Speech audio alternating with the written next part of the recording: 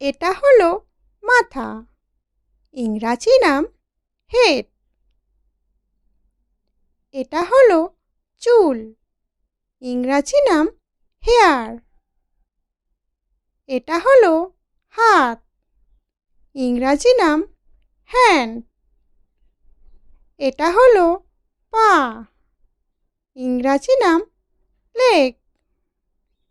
এটা হলো চোখ, ইংরাজি নাম আই।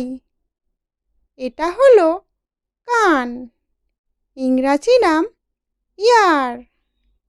এটা হলো নাক, ইংরাজি নাম নোজ। এটা হলো ঠোঁট, ইংরাজি নাম লিপ। এটা হলো দাঁত, ইংরাজি নাম টুথ। এটা হলো জিভ, ইংরাজি নাম টাং।